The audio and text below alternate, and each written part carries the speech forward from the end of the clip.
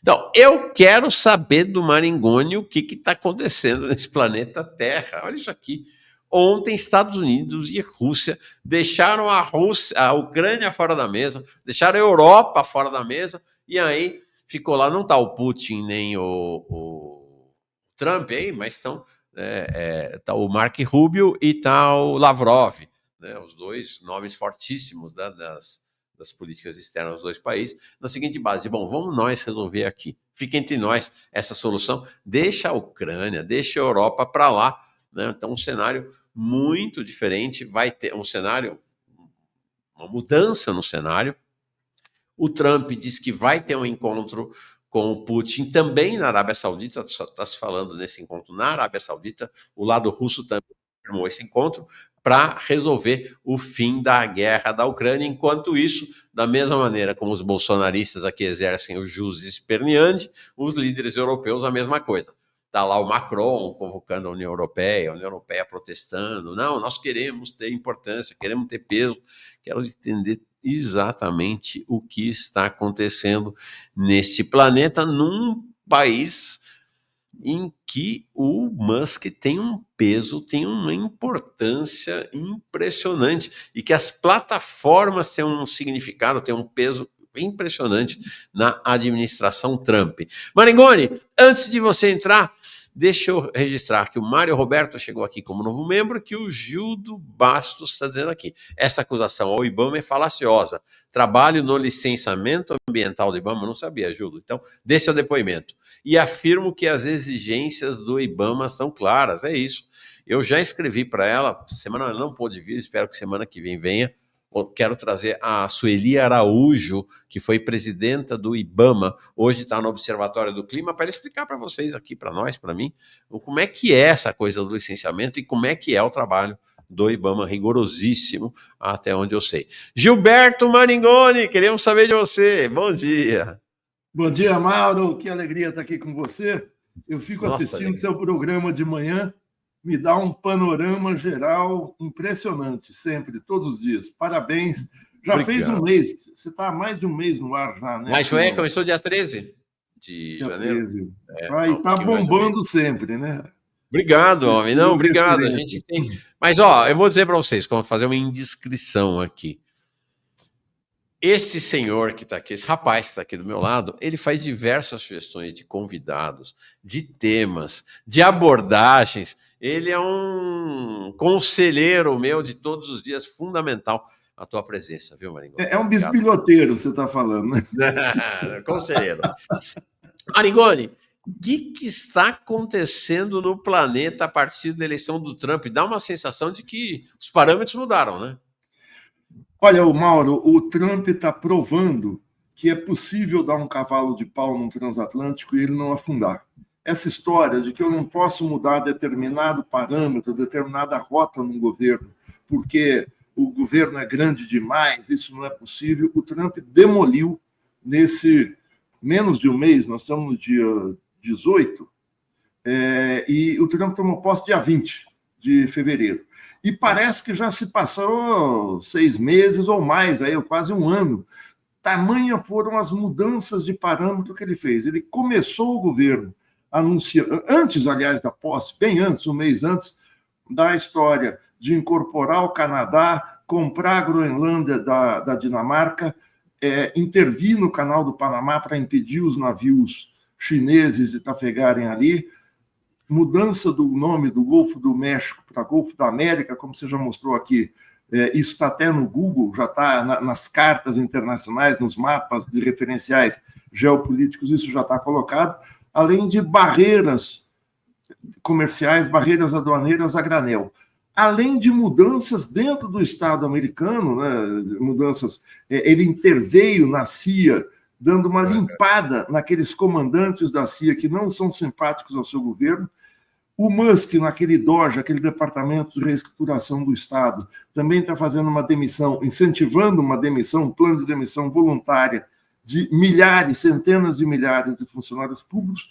Mas, acima de tudo, o Trump está fazendo uma intervenção internacional de grande envergadura. E qual é o foco dele? O foco dele é o seguinte, sair do sistema ONU. sair do sistema internacional, das organizações multilaterais montadas a partir de 1944, 45, no final da Segunda Guerra Mundial. A maneira que o Trump tem de comemorar os 80 anos da ONU é enfraquecê-la. Por que enfraquecê-la? Porque para um país que é um império, que é a potência hegemônica, em disputa acirrada pelo poder global, não é só uma guerra comercial, o poder global, com a China, não interessa a ele ficar num ambiente em que ele tem que negociar coletivamente suas proposições, entrar na Assembleia Geral, ficar a todo momento tendo que responder esse ou aquele. Não, ele prefere negociar bilateralmente, país a país. Então, ele negocia com o Brasil, com a Inglaterra, com a França, com a Rússia, que é o que ele está fazendo agora na guerra, porque ele se coloca numa posição de força. Ele não saiu da ONU, mas ele está pelas beiradas comendo esse sistema. Só para terminar, porque eu estou falando no geral, e acho que a gente tem que ver no geral as transformações que ele está fazendo no Estado americano. O Trump, eu vou falar uma coisa aqui que vai contra que muita gente... O Trump não é um neoliberal. O Trump é um homem... Não é? Não, ele não tem uma prática neoliberal. Toda a ação dele até agora é de fortalecimento do Estado americano, colocando sob a direção do Estado os grandes monopólios, as big techs. Agora, isso não quer dizer que ele não vá manter uma série de parâmetros neoliberais. Não tem nenhuma indicação de que ele vá, por exemplo, aumentar a formalização da força de trabalho, ou que ele deseje que o Brasil não privatize empresas para as empresas americanas irem comprar. Não. Ele é o seguinte, ele quer aumentar a regulação do Estado americano, ou seja, ele aumenta o seu poder sobre o Estado e sobre as empresas, ele regula mais a parte dele e quer que a periferia se desregulamente. Então, é muito difícil dizer que a gestão dele é neoliberal estrito sensu, a não ser que seja um novo tipo de neoliberalismo que esteja aparecendo, mas ele não é um homem da desregulamentação. Só para finalizar, fechar, Mauro, semana passada, o Trump cumpriu uma agenda internacional frenética, não só ele, mas o mundo assistiu, que foi o seguinte, dia 12, quarta-feira da semana passada, exatamente uma semana, ele surpreende o mundo com um telefonema de 1h30 com o Putin, em que eles negociam a questão da Ucrânia. No dia 13, no dia seguinte, ele recebe o Narendra Modi, recebe de tapetes vermelhos o primeiro-ministro de um dos maiores países do mundo, que é a Índia. E atrai a Índia, tenta atrair a Índia para a órbita de Washington.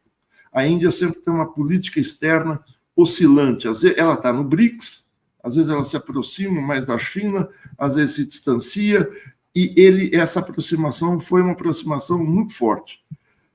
Dia 14, o J.D. Vance, o vice do Trump, fez aquele discurso extremamente agressivo aos países europeus, dando um chega para lá na Europa, nas questões internacionais, na Conferência de Segurança de Munique. Na segunda-feira, a reação a isso foi o Macron convocar de forma estabanada uma cúpula informal dos países europeus para ver o que fazer. Ele faz uma reunião presencial de 3 horas, ou seja, você desloca o Macron da França, o Macron não se deslocou, claro, o Stammer da Inglaterra, a Meloni da Itália, o primeiro-ministro da Polônia e outros líderes europeus para uma reunião de 3 horas, sem declaração final. Ninguém falou com a imprensa, sabe-se fragmentariamente o que foi discutido, foi uma tentativa deles se colocarem de novo no cenário internacional nas negociações de paz na Ucrânia, e ele coroa isso ontem com a reunião em Riad, na Arábia Saudita, em que a negociação de paz envolve os Estados Unidos e a Rússia, ou seja, quem manda. A Ucrânia, que é o país onde está acontecendo a guerra, não participa das negociações de paz, o que deixa o Zelensky assim, sem... Isso, né? De um lado ali é o Mark Rubio, do outro o Lavrov, né? Que são dois nomes fortíssimos, né? De ambos os governos. Né? E no centro ali, acho que embaixo da bandeira americana, eu acho que é o príncipe Faisal da Arábia Saudita, que estava ali como mestre de cerimônias.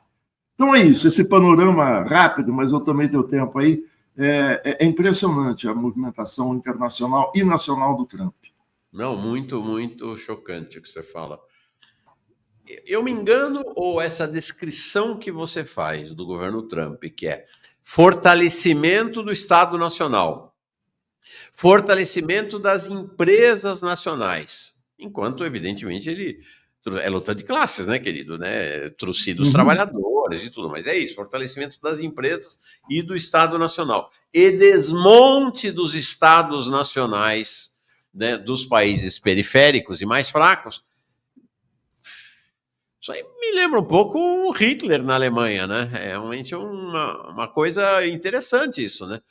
Ele retoma, me parece, uma trajetória de construção nacional e política econômica típica da extrema-direita, né? Olha, Mauro, essa semelhança com Hitler, tem gente que fala não tem nada a ver, é outra época, mas eu acho que eu sou historiador, então eu sempre tento fazer analogias históricas, não por achar que a história se repete, né? Aliás, tem aquela frase famosa do Marx que diz que a história se repete uma vez como tragédia, segunda como farsa. Mas isso é quase que uma bultade do Marx, né? Uma piada que ele faz, é quase isso. Mas se a gente olhar para a estruturação do Estado alemão quando Hitler chega ao poder, o Hitler chega ao poder no final de janeiro, começo de fevereiro de 1933, após eleger uma bancada expressiva de parlamentares no Reichstag. Ele chegou como primeiro-ministro. Em 24 de fevereiro, o Hermann Göring, que era o presidente do parlamento, chama uma reunião com o empresariado alemão no Reichstag. É preciso dizer o seguinte, o Hitler acabou de chegar ao poder e ele chega também de uma forma frenética, como Trump, botando as cartas na mesa. Essa reunião é narrada em detalhes num livro muito interessante de um historiador francês chamado Éric Vuillard. Saiu aqui no Brasil já tem uns 10 anos, chamada A Ordem do Dia, sobre a montagem do governo alemão, do governo Hitler, frente ao grande capital alemão. Então, nessa reunião estavam representantes da BMW, da Siemens, da IBM, do grupo Krupp e de vários outros plutocratas, da Bayer. A Bayer, aliás, fornecia gás para as câmaras de gás alemãs. Então, ele coloca, e essa reunião, de repente, chega o Hitler, o próprio Hitler, que era novidade, ninguém conhecia muito ele é muito simpático, cumprimenta todo mundo e tal, e faz uma exposição e pede dinheiro para as eleições seguintes. Essa solicitação de dinheiro para as eleições seguintes é o primeiro passo para uma simbiose entre o Estado alemão e o que eram, na época, os monopólios. A gente poderia dizer que eram as big techs da época. O Trump, ao colocar na cerimônia de posse, no dia 20, é um mês, o Musk, mas o Zuckerberg, o Bezos, os grandes donos, os grandes CEOs, mas os grandes acionistas majoritários das Big Techs, faz algo semelhante. Aquilo é uma exibição de poder. Eu coloco sob as minhas asas o grande capital americano. E o curioso é que ele não coloca ali, pelo menos na parte visível, os CEOs dos bancos, do mercado financeiro. A gente sabe que nos Estados Unidos, o grande representante de Wall Street não é o Partido Republicano, é o Partido Democrata. São os democratas que são os representantes. Isso não quer dizer que o Trump não vai fazer a política financista de Wall Street. Claro que vai. Claro que ele vai. Mas agora ele percebeu que o crescimento do capital financeiro se dá em caminho, na direção das Big Techs. Ou seja, ele faz uma política muito maior do que os democratas. Ele enquadra as Big Techs. É através das Big Techs que ele pode difundir a política dele pelo mundo. Ele não está chamando o marqueteiro para fazer, como você estava falando agora há pouco, citando o Safatli, que ele foi uma bela entrevista ontem, tornando a política de comunicação aquilo que você diz, uma política de divulgação. Não, ele interage com quem hoje, não sei se controla, mas tem uma grande influência nos corações e mentes do mundo inteiro, quase, né? Menos da China, da Rússia, talvez. Então, é uma política no atacado. Olha só a diferença como método de governo. Ele não chega no governo, como o Lula chegou em todas as vezes que foi presidente, vendo o que vai fazer. anuncia uma medida aqui, outra ali, espera ver o que está acontecendo, vamos ouvir não sei quem, vamos ouvir o Centrão, etc. Não, ele chega com um projeto, um programa inteiro, põe na mesa, com barulho, e o mundo que se vire com isso. Ou seja, ele deu um cavalo de pau no transatlântico. Na política externa, isso é muito visível. Terapia de choque, como o Milei fez aqui na Argentina. Sim. Ou seja, essa conversa do presidente Lula de que não, o Estado brasileiro, o governo, o Brasil é um transatlântico e não, ninguém dá cavalo de pau em transatlântico, é ótima imagem, é divertida, anima as bases lulistas e progressistas, mas ela não tem qualquer conexão com a realidade. Zero. Não, e o Lula fala isso, não é do Estado brasileiro, o Lula fala isso do Banco Central. O Banco Central lida com o mercado. O Trump, olha, eu fico aqui pensando, eu vou falar uma coisa meio arriscada, eu sempre tenho medo de falar, eu acabo falando porque eu sou ansioso, mas eu sempre tenho medo de falar da história, de julgamentos definitivos, enquanto os fatos estão acontecendo. É a maior mudança estrutural desde o fim da Segunda Guerra Mundial.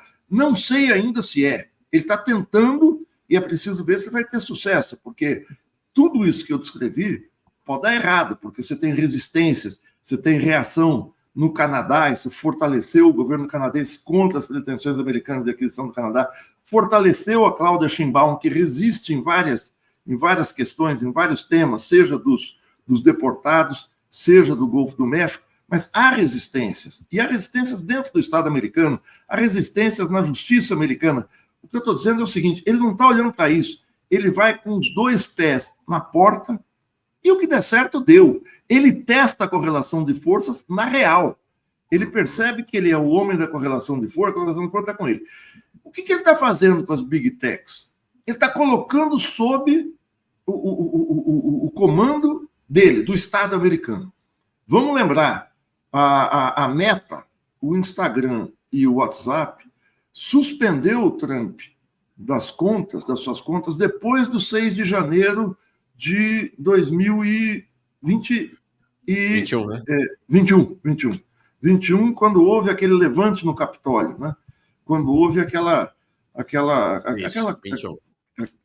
tentativa golpista, que a gente pode falar. Isso. Suspendeu por várias semanas. Agora, no começo do ano, foi anunciado, a Meta está pagando uma indenização de 25 milhões de dólares para o Trump por ter feito isso. Ou seja, a Meta tinha se colocado contra o Trump quando ele era um pato manco, quando ele estava fora do poder. Agora se enquadrou. Qual é a semelhança que eu vejo? Eu vou falar outra coisa arriscada também, porque eu não resisto, eu posso ser desmentido pelos fatos. Mas tem alguma semelhança com o que o Xi Jinping faz com o grande capital chinês. A China é um país socialista, isso Elia Jabbour é mestre, mas a China enquadra o grande capital chinês, que não faz o que quer.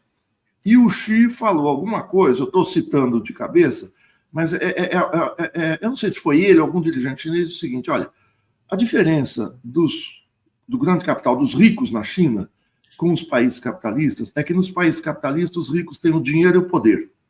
Na China, eles têm o dinheiro, mas não têm o poder.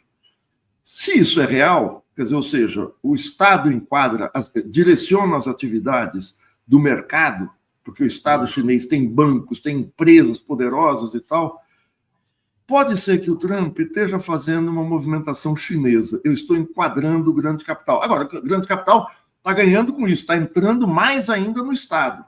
Então, ele não está estatizando ninguém. Como o Hitler, ele também está fazendo uma privatização do Estado, mas aí é que está. Por que ele não é neoliberal se ele está fazendo isso, está favorecendo? Porque a direção política é dele. O neoliberalismo não é um conjunto de regrinhas fixas. Ele é privatização, desregulamentação do trabalho, redução do papel do Estado. Não, uma mudança da agenda do Estado, com supremacia para o capital financeiro. Agora, politicamente, o Trump está dizendo, olha, politicamente aqui quem manda sou eu. Até agora. Eu estou dizendo, pode ser que ele encontre resistência e isso não dê certo. Olha, eu estou muito... Bom, primeiro, estou anotando, daqui a alguns meses nós vamos pegar essa entrevista e botar no ar e ver, Maringoni acertou, eu estou achando que vai acertar. Mas estou muito impressionado com tudo que você está falando, Maringoni.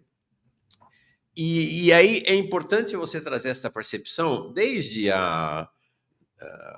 ontem, acho que ontem, né? Hoje é quarta-feira, ontem, quando essa história do Cacai veio à tona, que eu tenho dito o seguinte: nós temos uma diferença em relação aos progressistas e aos liberais, que é de que nós não nos encantamos com o caráter novelesco que se tenta imprimir à política.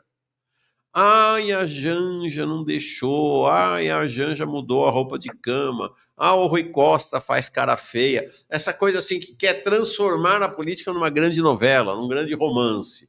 Que é uma tendência, né? Que a gente vê tanto nos progressistas quanto nos neoliberais. Nós, que somos de esquerda, tentativas de marxistas, ou pelo menos projetos de marxistas, tentamos olhar para, né? Não que não nos encantemos, adoro filme, novela e tudo, mas a gente olha para a política com os grandes movimentos que acontecem na política para entender para onde está indo o fluxo da história. Né? E aí você traz uma questão interessante, porque se você for olhar a cobertura da mídia liberal e da mídia progressista em relação à presença do Musk no governo, Trump, é sempre uma coisa com essa coisa. Ai, olha, o Musk é que está mandando no Trump. Olha, o filho do Musk mandou o Trump calar a boca. Olha, o Musk é que isso, que aquilo. Fazendo uma coisa assim de entre, né, como uma coisa assim de dois personagens ali, então, e a coisa sempre assim, como o inimigo é o Trump, tudo que dá para fazer para dizer, olha, quem está mandando é o Musk, não é o Trump. Essa coisa meio novelesca, meio de personalidades em disputa, quando o que você está dizendo é que não, vocês não estão vendo nada, vocês não estão enxergando qual é o movimento real que está acontecendo, né, Maringoni? Muito legal o que você fala, muito legal. Agora, olha só, Mauro, isso que você fala é muito interessante, porque a gente não pode tomar um governo numa situação histórica pelos seus aspectos superficiais. Aliás, se eu for pegar assim, deixa eu dar uma de... Não quero dar uma de pedante, mas falar o seguinte. O Marx, olha lá, não quero dar de pedante, vou citar. O Marx tem um livro clássico que é muito citado, que é o 18 Brumário de Luiz Bonaparte. Nesse livro, o Marx pega o golpe de Estado que o sobrinho do Napoleão dá em 1850, final de 1851, 52, na França, e toma o poder, e governa até 1870.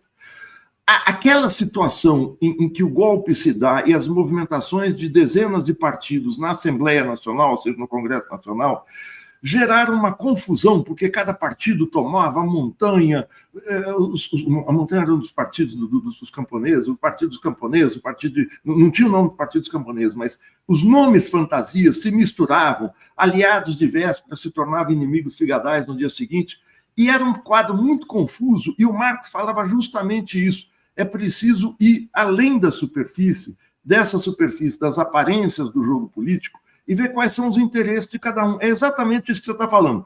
Fecha lado pedante. Mas é muito interessante, a gente tem que mergulhar, você falou tudo. Eu não assisti, não tive tempo de assistir a entrevista que o Trump e o Musk deram ontem à Fox News. Diz que foi uma entrevista de 1 hora, pelo que eu li na imprensa brasileira e internacional, essa aí que está no centro da tela, em que foi muito amigável, parecia que as perguntas eram escada, né? Escada em jornalismo, o Mauro sabe bem, é aquela pergunta que o entrevistador dá para o entrevistado subir, né? Para ele sempre se dar bem. Então, a entrevista com os dois, as pessoas podem falar, olha, o Musk foi lá porque está mandando no Trump. Não! O Trump e o Musk ficaram fazendo um jogo de um troca-troca ali na frente das câmeras, um jogo de combinado, que um elogiava o outro a todo momento, pelo que eu li. E o Trump elogia o Musk elogia o Trump. O que ele está indicando? Ele está indicando, olha, eu botei sobre as minhas asas o Musk, ele tem espaço. Agora, ele tem dinheiro. Ele é o homem mais rico do mundo. Mas ele está sob as asas, o poder, a legitimidade dele, sou eu que dou porque eu tenho voto. Eu tenho peso político, eu comando o Estado. Não é o Musk que comanda o Estado. Claro que ele pode crescer, claro que ele pode adquirir poder, mas de início o Musk foi lá como auxiliar do Trump. Mesmo a entrevista no salão, no gabinete dele, que é meio que um esculacho, né? Quer dizer, o Musk vai lá de boné, com filho, tal, bota o filho no ombro, ele esculhambou o salão. Sim, sim. Só que quem está sentado é o Trump, quem está de pé é ele. mesmo as questões simbólicas, a gente tem que ler de outra maneira. Eu não sou especialista em questões simbólicas cênicas desse tipo que você fala. Acho que você até conhece, é um especialista nisso, muito mais do que eu, porque, como você mencionou agora há pouco, você tem 20 anos numa agência de gestão de crise e gestão de imagem também. Legal. Ó, a Maria Antônia De Masi chega aqui com um super sticker. O Clydes, voltando ao assunto, por que o BNDES está financiando a privatização da administração das escolas? Fim da picada. Vamos ver, Clydes. Não sei se a gente vai voltar a esse assunto hoje aqui. Vamos ver. Mais tarde a gente tenta ver se dá. Maringoni, me parece que é assim. O que o Trump está fazendo, o que você descreve para nós, eu achei uma descrição muito interessante, é que num mundo que caminhava ou caminha para a multipolaridade, ele quer trocar a multipolaridade, onde ele vê o poder dos Estados Unidos diluído nesse universo de múltiplos vetores, múltiplos agentes, por múltiplas bipolaridades, em que aí ele sozinho tem sobre qualquer outro adversário, talvez exceto a China, uma condição de hegemonia, de dominância, né? Então ele separa. Eu não vou negociar com a União Europeia, né? Vou negociar com a França, com a Alemanha, em que me parece que a minha hegemonia, o meu tamanho é muito maior. Parece uma estratégia negocial clara, né? Sim, eu sou o maior e eu vou negociar bilateralmente com você, porque você é menor e eu tenho proeminência. Essa reunião de segunda-feira em Paris, as imagens poucas que a gente tem é que foi uma reunião meio desesperada, porque os países se colocaram, eu quero mandar tropa, a Inglaterra, que é o puxadinho do Departamento de Estado, quer mandar tropa para a Ucrânia. O Lavrov falou no dia seguinte, não tem esse negócio de mandar tropa nem depois da paz, vamos sacramentar. O Trump cedeu para a Rússia, para o Putin, o que o Putin queria. A Ucrânia não vai entrar na OTAN e os territórios conquistados são da Rússia. Isso não vai voltar a uma situação anterior a 2014, quando a Rússia chegou na Crimeia. Então, isso que você fala, o mundo caminha para a multipolaridade. Agora, contraditoriamente, as organizações multilaterais estão em crise. Por quê? Porque a gente está no meio de uma batalha. Eu vou te falar... Eu não quero ser chato. Mauro, eu falo demais, você me corta. Não, você está falando maravilhosamente. Eu corto, pode deixar. Então, mas tá corta se for o caso. A leitura a gente se conhece há muito tempo. Você fala, peraí, calma. Não, o que é o seguinte, eu tenho que olhar para o passado, eu não resisto a isso, para ver o seguinte, como eu não consigo prever o futuro, eu vejo tendências agora do que está acontecendo, eu vou tentar encontrar no passado situações semelhantes para ver se tem algum ponto de contato. Quando terminou a Primeira Guerra Mundial, além do Tratado de Versalhes, de paz, que as potências europeias, especialmente a Inglaterra e a França, impuseram para a Alemanha uma paz punitiva, que a Alemanha tinha que pagar uma série de multas e indenizações aos vencedores, logo depois é criada, por uma ideia do presidente dos Estados Unidos, Woodrow Wilson, que tinha como projeto uma entidade multilateral, a primeira entidade realmente multilateral do mundo, que era a Liga das Nações. Era um esboço de ONU. Acabou a Primeira Guerra, chegamos à paz, o mundo é outro, então vamos sentar à mesa e tentar criar essa Sociedade das Nações. Tinha 30 e poucos países, tal, o Brasil estava entre eles, e é criada a Sociedade das Nações, e a disputa fica para ver o seguinte, eles queriam criar um diretório, que na verdade era um Conselho de Segurança. Começam as negociações, o Woodrow Wilson, que tinha esboçado a carta os 12 pontos mínimos para essa entidade, tem que colocar para votar essas propostas no Congresso americano, no Senado americano. Ele, republicano, com maioria republicana, ele perde a votação e os Estados Unidos saem da Liga das Nações. Por que os Estados Unidos saíram naquela época? Pelo seguinte... a hegemonia do mundo ao longo do século XIX, até o começo da Primeira Guerra Mundial, até 1914, era britânica. A moeda do mundo, o dólar da época, era a libra esterlina.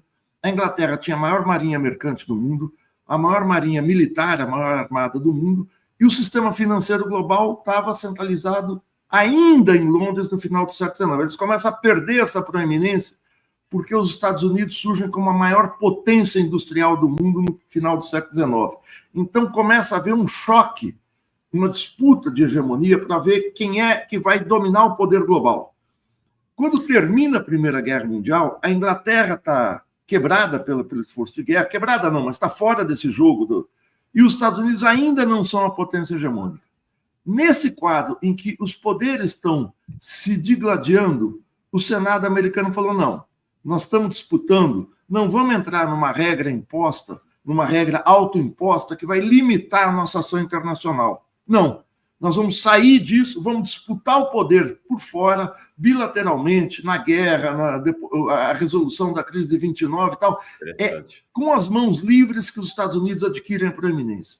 É possível, isso não é regra. Eu estou olhando para trás, vendo, será que é isso? E estou perguntando, será que é isso?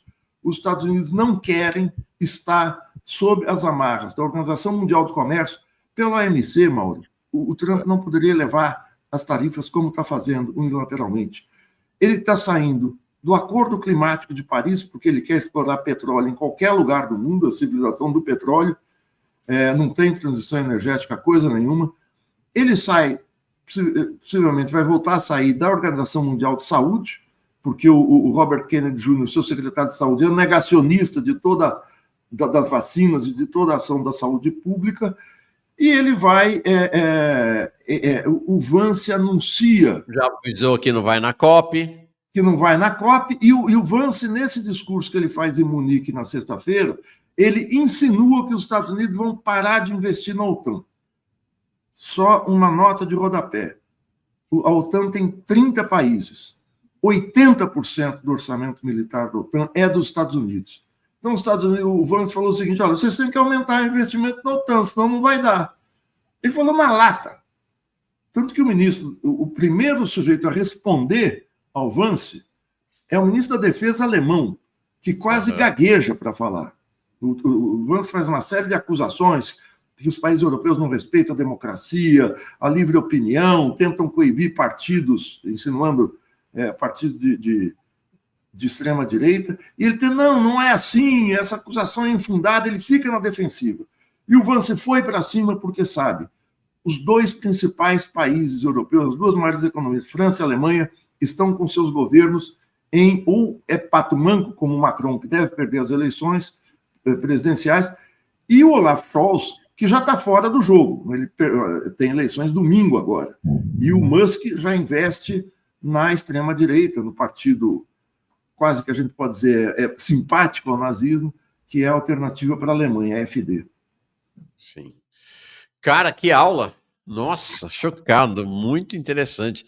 Então, o que a gente está vendo hoje o que você está nos apresentando, o Trump chega e está demolindo as instituições multilaterais para, vamos dizer assim, tirar os escombros no meio do caminho e poder exercer o poder do império decadente, tá certo? Mas é um império ainda, né? Sem essas mediações, né? Muito legal. E faz ameaça, quem sair do dólar, nós vamos impor sanções. Ou seja, ele está fazendo o cavalo de pau no transatlântico e os navios que estão em volta que se virem. Ele está batendo em todo mundo e que se dane. Eu estou virando meu transatlântico, sai da frente. Que interessante, muito, muito legal seu olhar aí. Uma aula mesmo. Manuela Vieira, chega aqui como nova membra. Olha, agradeço demais a Manuela, convido vocês se tornarem também membros e membras do canal. Nós vamos chegar lá, vai ter programa de noite, vai ter programa de tarde, vai ter programas semanais, vai ter site, no Portal da Esquerda Brasileira. Stanley Teac. Pronto, eu queria chegar nisso. A Europa está se tornando um ator político irrelevante. Queria que você pensasse, olhasse para a Europa e falasse um pouco sobre a Europa para nós nesse contexto aí do furacão Trump. Olha, eu acho que irrelevante é uma palavra meio forte. A gente tem tendências, e o que a gente consegue observar é o peso que os Estados Unidos dão para a Europa e como é que está, primeiro, a economia europeia pós-guerra na Ucrânia, né? A Alemanha, por exemplo, é um país em franca desindustrialização, fecharam 3 fábricas da Volkswagen nos últimos meses na Alemanha. Da Volkswagen, não é de uma empresa qualquer. O governo caiu, e o governo caiu na seguinte situação: o Scholz não aceitou que o seu ministro da Economia Ele não queria fazer uma política de austeridade, o ministro da Economia bateu o pé, apoiado pelos bancos, pelo sistema financeiro, impôs, então eu saio do governo. Quando ele sai, o seu partido sai junto e o governo perde maioria. Então, você tem sinais claros de uma perda de importância no plano global. Mas, mais do que tudo, os países europeus, ao que parece, se sentem sem chão com o Trump, porque eles foram sócios do Trump na questão ucraniana, se sacrificaram, ou seja, aceitaram a imposição do Biden de cortar o fornecimento de gás e petróleo russo que chegava à Europa, em especial à Alemanha, a preços baratos, explodiram o principal projeto da Eurásia, da Rússia e da Europa, que são os gasodutos, que eram os gasodutos Nord Stream 1 e 2, a Rússia construiu ali, passando pelo Mar Báltico, vocês sabem, 2 gasodutos que ficam no fundo do oceano, chegando para fornecer gás constante e barato à Alemanha. A Alemanha, em nome da guerra da Aliança Ocidental, da OTAN, fecharam os olhos, se é que não participaram, da explosão desses 2, a sabotagem, ainda em 2022, desses 2 gasodutos, que interrompe o fornecimento de gás e petróleo. A Alemanha teve que passar a comprar gás dos Estados Unidos a preços muito mais caros. Houve inflação generalizada em toda a Europa. Eu me lembro que em 2023, a inflação na Inglaterra foi de 9,2%, ou seja, muito acima até do que a inflação brasileira, que é um país que tem um histórico de inflação muito grande. Então, a Europa perde peso econômico, perde peso político. Se vai se tornar irrelevante, eu não sei, mas o que o Trump está dizendo é o seguinte: vocês são irrelevantes. Vocês foram sócios aqui na guerra, mas eu não quero vocês na mesa. Depois a gente pode ver aqui, quando for fazer negócios de reconstrução da Ucrânia, talvez vocês tenham uma boquinha qualquer lá, mas agora não. Isso é humilhante para a Europa. É humilhante, né? E mais um giro, mais um cavalo de pau, né? Enquanto o Biden falava para os líderes europeus, vamos juntos até o fim da vida, é nós com vocês para fazer o confronto com a Rússia e a China, né? Ou seja, é o nosso bloco, é o bloco União Europeia e Estados Unidos, é o bloco OTAN, que é o bloco que vai tentar manter o domínio sobre o mundo. O Trump está dizendo, não, acabou esse bloco aqui, eu vou exercitar o domínio na medida das minhas possibilidades, né, partilhando ou dividindo os meus adversários. Mudou completamente em relação à proposta dos Estados Unidos para a Europa, mudou completamente entre o Biden e o Trump, né, Maringoni? Exato, exato. E se você me permite, Mauro, não sei se estamos chegando no final, mas a gente vai precisar olhar para a cena no interior dos Estados Unidos, daqui para frente, e ver como é que vai ficar o Partido Democrata. Ele perdeu as eleições, embora ele tenha uma presença, claro, é o segundo partido, porque tem 2, né? O peso dele nas casas, no Congresso, é muito grande. Mas o combate que o Trump vai fazer para destruir o Partido Democrata vai ser muito forte. Ou seja, você tem um partido de direita, que é o Partido Democrata, na política interna, né? Porque não. E tem um partido de extrema-direita, que cada vez mais é o Partido Republicano. Será que nos Estados Unidos vai acontecer o que tem acontecido no Brasil e na Argentina, que a extrema-direita fagocita, ou seja, ela engole a direita, enfraquece a direita? O enfraquecimento que você estava falando mais cedo aqui do PSDB parece indicar isso. A velha direita passa a se enfraquecer. Será que vai? Esse eu não sei. Eu não sei qual é a tendência, mas eu digo, a gente deve ficar atento à cena política interna dos Estados Unidos na composição institucional do seu quadro partidário. A influência, o que o Trump está fazendo no aparelho de Estado de limpar a influência democrata, a começar no serviço de inteligência, é muito significativo. Vai acabar com o Ministério da Educação, o Departamento de Educação. Cada estado vai poder gerir a educação como quiser. É uma coisa impressionante, é uma constituinte, parece o que ele está fazendo, a Constituição americana tem 200 anos, mas parece uma constituinte feita a quente. Sim, está liquidando o Zaid, né? O grande instrumento do soft power americano está liquidando com ele, né? Exato, e tem gente da esquerda lamentando isso aqui no Brasil. É isso, exatamente. Maringoni, ainda quero te usufruir da sua presença mais um minutinho. Paulo Clias está acompanhando aqui, daqui a pouquinho ele vai embarcar, está se divertindo lá Paulo, já te chamo já.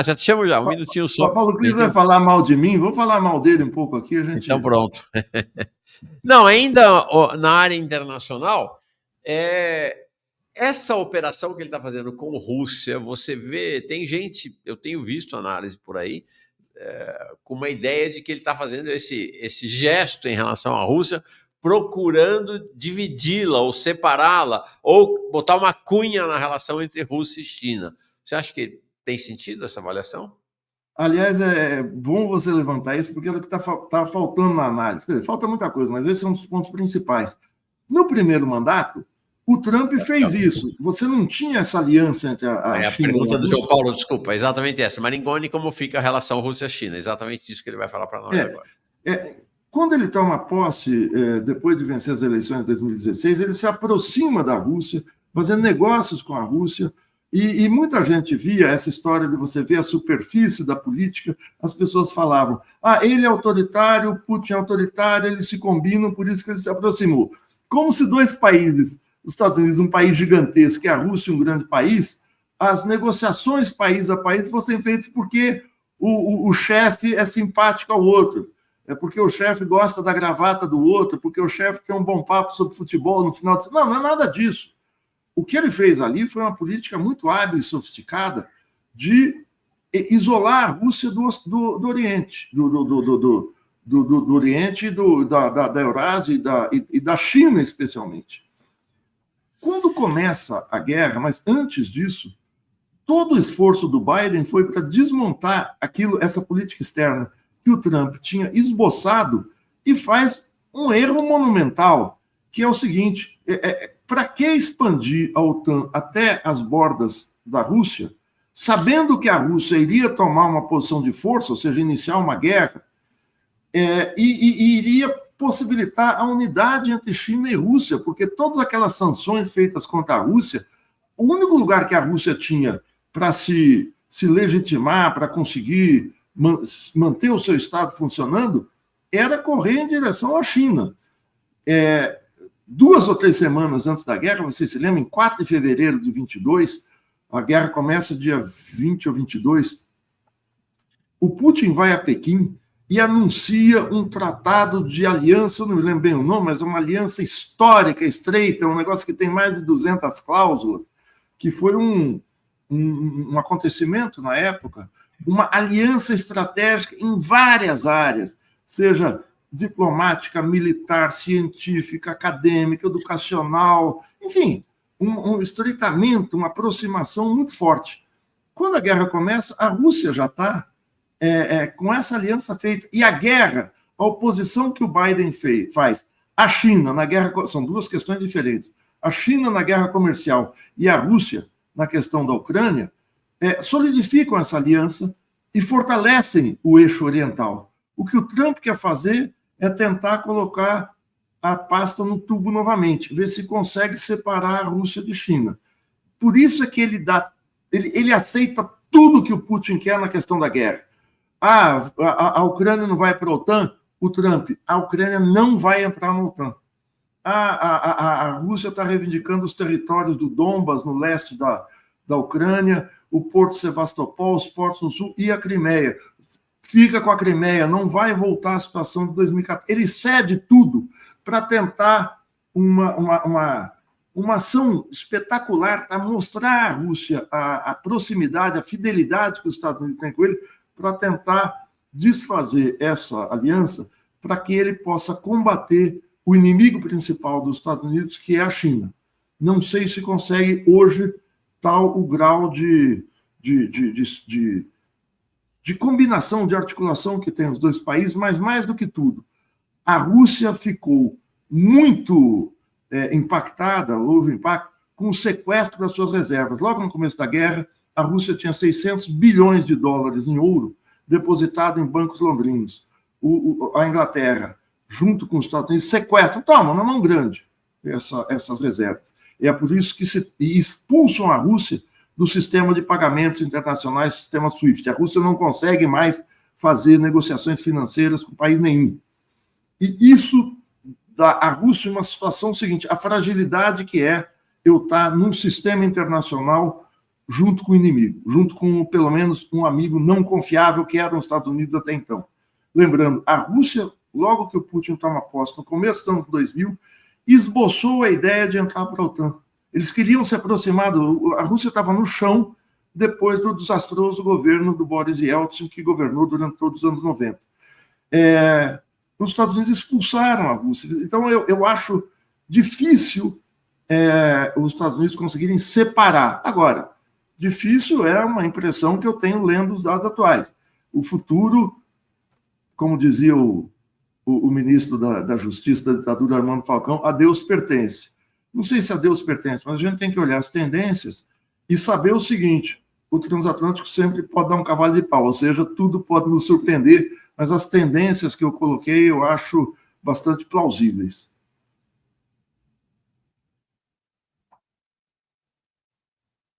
Você está sem som, Mauro? Reparei. Alguém pergunta, para encerrar, a questão dos BRICS. Como é que fica os BRICS nesse cenário? Você viu que ele já chamou a Índia lá, tá lá também. Tem essa conversa com a Rússia. Acho que os BRICS entram nessa encrenca global aí, né? O Putin fez no final do ano uma reunião muito forte do BRICS em Kazan, dentro da Rússia. A Rússia é o país isolado. Putin, né? Putin, desculpa. Putin. O Putin fez a reunião, que foi uma demonstração de força. Ou seja, num lugar, não foi em Moscou, não foi em São Petersburgo, as cidades ocidentais, foi em Kazan, né, uma cidade oriental, em que compareceram 40 chefes de Estado, em que teve presente o Antônio Guterres, secretário-geral da ONU. Então, o BRICS tem uma fila de países querendo entrar no BRICS. O BRICS hoje, acho que tem 17 países que já entraram, lembrando que 4 eram os originais, né? O Brasil, a Rússia, a Índia e a China. BRIC. E entra a África do Sul, South Africa, fica BRICS. O BRICS se fortaleceu com a adesão de entrada de países da África, especialmente, do sul do mundo. O BRICS não tem estatuto, o BRICS não tem sede, o BRICS é uma articulação. O BRICS não é uma entidade, um organismo ainda. Mas essa articulação cresceu. O Brasil tentou impedir a entrada da Venezuela e a próxima reunião vai ser em julho no Rio de Janeiro. O Brasil está na presidência. E o Brasil está com uma situação bastante ambígua na sua política externa, na sua política internacional, porque o Brasil se aproximou muito do Partido Democrata, ou seja, o PT se aproxima da política do Partido Democrata, e o Brasil passou, nesse segundo governo Lula, a ter uma política externa muito mais afinada com Washington. O caso do afastamento da Venezuela é muito claro disso. O Lula elegeu o seu principal interlocutor internacional, Emmanuel Macron. Macron é um país da OTAN. O Macron deu um golpe na esquerda francesa ao montar 2 governos de direita. O Macron e o Lula o elege como o principal aliado. Por sinal, está indo para a França, né? Já anunciou, vai para a França. Você fez uma entrevista, eu acho que ainda na Fórum, com aquele especialista em BRICS da Federal do Rio Grande do Sul, eu não me lembro o nome dele, muito interessante, que demonstra um afastamento paulatino do Brasil com o BRICS, né? E uma aproximação dos Estados Unidos. Eu não sei se isso vai se manter sob Trump. Agora, a reunião aqui, eu vou dar um dado, eu participei de uma reunião na sexta-feira, e Fabiano Mielknux. Eu jamais vou conseguir repetir, mesmo depois de você falar Mielknux, né? Com todo respeito a ele, não quero ofender, mas é um nome difícil de... É o seguinte, um técnico do governo falou o seguinte: o Brasil gastou para montar a reunião do BRICS no Rio de Janeiro em novembro, do G20. Do G20. Puta, eu já estou batendo pino aqui, acho que é o sono da manhã.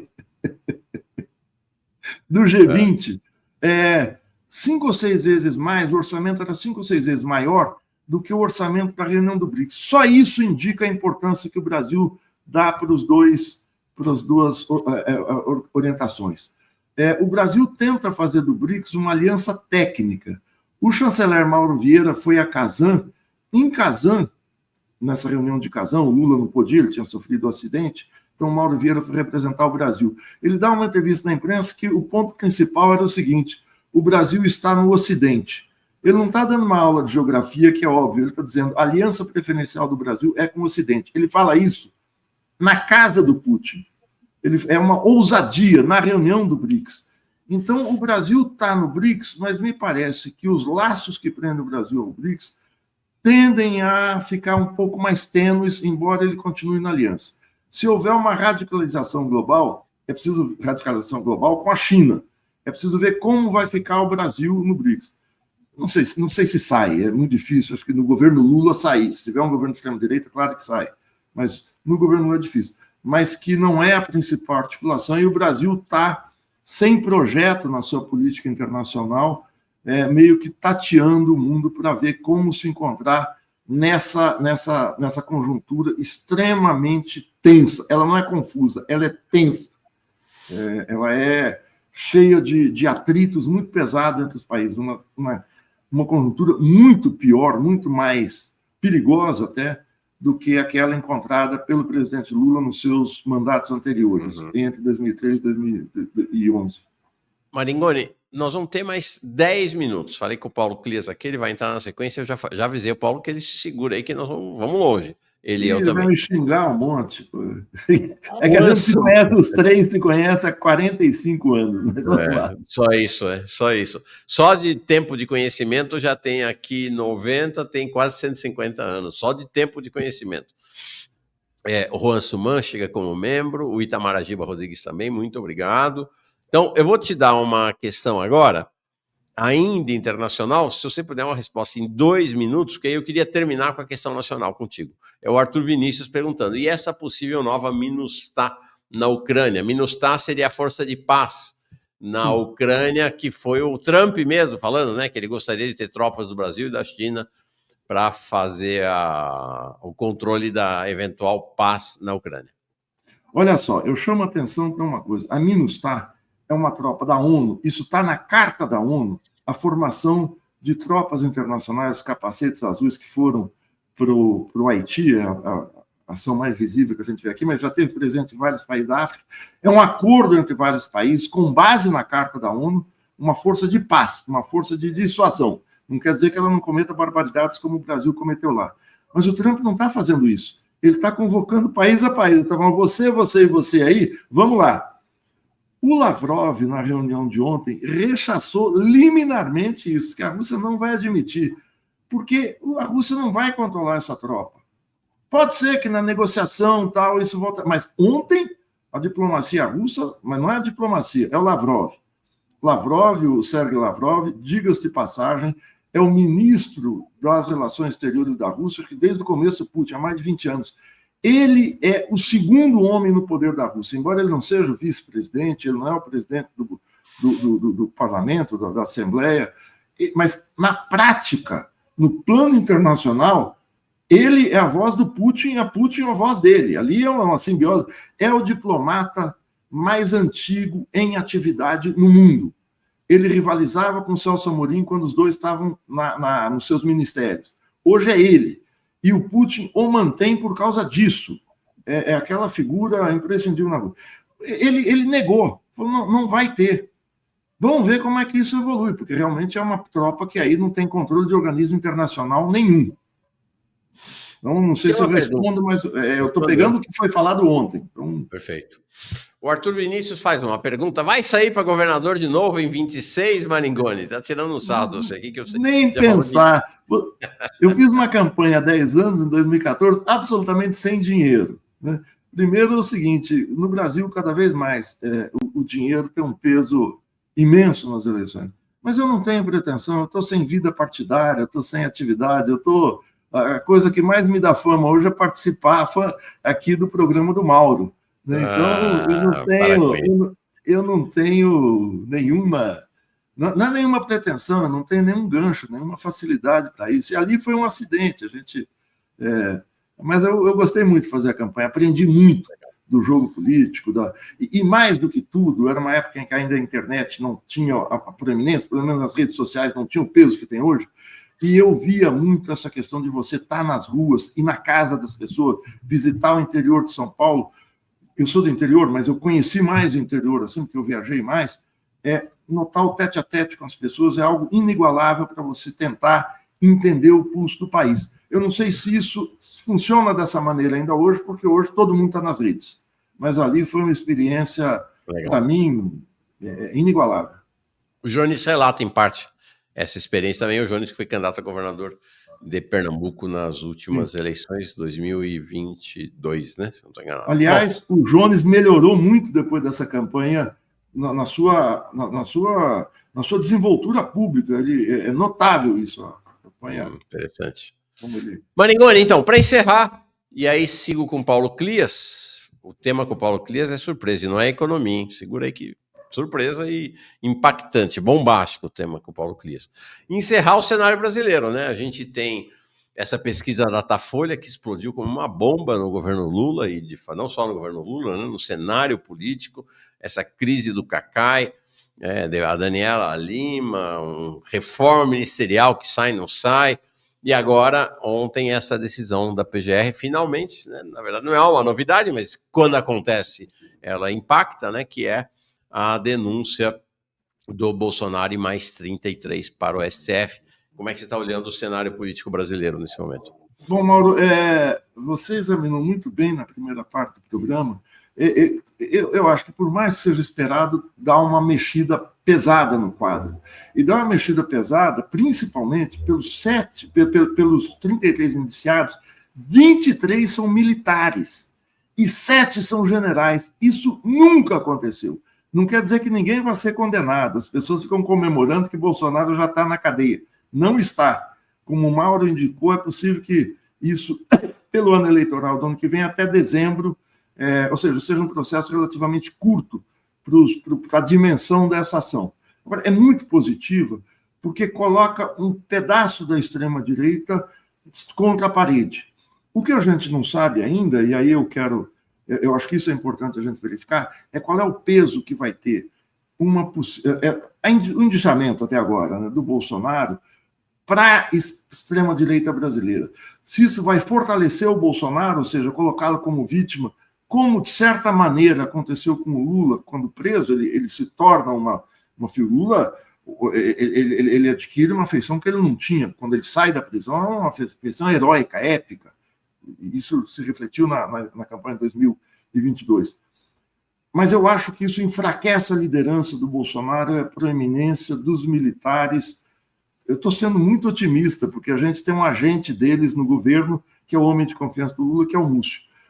Ou se a extrema-direita adquiriu uma autonomia tal que ela não precisa mais do Bolsonaro. Se eu olhar para o resultado das eleições de 2024, em que o PSD, em que a direita e a extrema-direita fizeram mais de quase 90% das prefeituras brasileiras, vamos lembrar, a esquerda, que é tido como esquerda, o PT, o PSOL, e o PCdoB, eu não estou colocando o PDT e o PSB nesse jogo, fizeram 4% das prefeituras, 200 e poucas em 5.700. Então, a extrema-direita ali pareceu ter uma autonomia em relação ao Bolsonaro, junto com a direita. Nós temos Agora, a extrema-direita, ao mesmo tempo, não tem um candidato preferencial ainda. Não se sabe que rumo tomará o Tarcísio. Então, eu acho que a leitura, além do que o Mauro já falou, que eu concordo integralmente, eu não quero chover no molhado, é o seguinte: qual é o impacto disso nessa grande tendência nacional e internacional, mas na manifestação dela aqui no Brasil, que é a extrema-direita? O Bolsonaro, estando imobilizado, vai inviabilizar uma candidatura de extrema-direita? Não me parece. Não me parece, até porque o governo não faz um combate político à extrema-direita. Sempre que o Lula fala, é o Bolsonaro, como se fosse o único. Ele fulaniza e despolitiza esse combate. Até porque a extrema-direita está no seu governo. Vamos combinar, o Múcio não é brincadeira. Então, complementando além do que você já falou, Mauro, eu penso dessa forma. Agora, é um alívio para o país, é um grande avanço, isso não tem dúvida, um avanço democrático no combate aí às tentativas de quebrar o processo institucional democrático que a gente tem aqui. Som, Mauro. O Rodolfo Pinto, desculpa, gente, não tenho a prática de fechar o microfone, quando eu fecho depois, mas tô curando a gripe, tô curando. Rodolfo Pinto, ou da rinite, eu sei lá o que é. Rodolfo Pinto Stumpft chega aqui com um apoio dele, muito obrigado. E a Márcia Kietnevski, está sempre com a gente, grande Maringoni, obrigado pela entrevista e eu que agradeço. Então, Maringoni sai, mas antes de sair, vamos embarcar o Paulo Clias, que acho que ele está bem bravo, porque a gente demorou aqui, viu, Maringoni? Oi, Clias. Oi, Mauro. Oi, Maringoni. Bom, mais uma vez, um prazer assistir a aula do meu amigo, meu colega, meu camarada, enfim, sobre relações internacionais. Vocês não se preocupem, não. Eu vou mandar a nota fiscal da hora extra, mas foi um grande aprendizado. O Beto realmente é uma maravilha, né, nessa hora. É legal. Muito, o Paulo está acordado desde as 5 da manhã, quando ele me mandou uma mensagem. Ele já nadou 6.000 metros, já correu não sei quanto, já andou de bicicleta. Ele está todo pimpão aí, pronto para a briga. Olha. Paulo, não, alegria Paulo, ter vocês dois atletas aqui, impressionante. O Mauro é um ciclista também, vai fazer o Tour de France, que o Paulo já deve ter feito várias vezes, porque morou lá. Legal. Maringoni, super obrigado. Boa continuidade de semana para ti. Semana que vem tem mais. Abração aí. Bem, observou, hein? Todo mundo de olho domingo na Alemanha. Eleição alemã domingo. Bom, beijos e abraços para todo mundo, gente. Obrigadíssimo, Mauro. Tchau, tchau. Boa semana. Vou assistir o Paulo agora. Legal.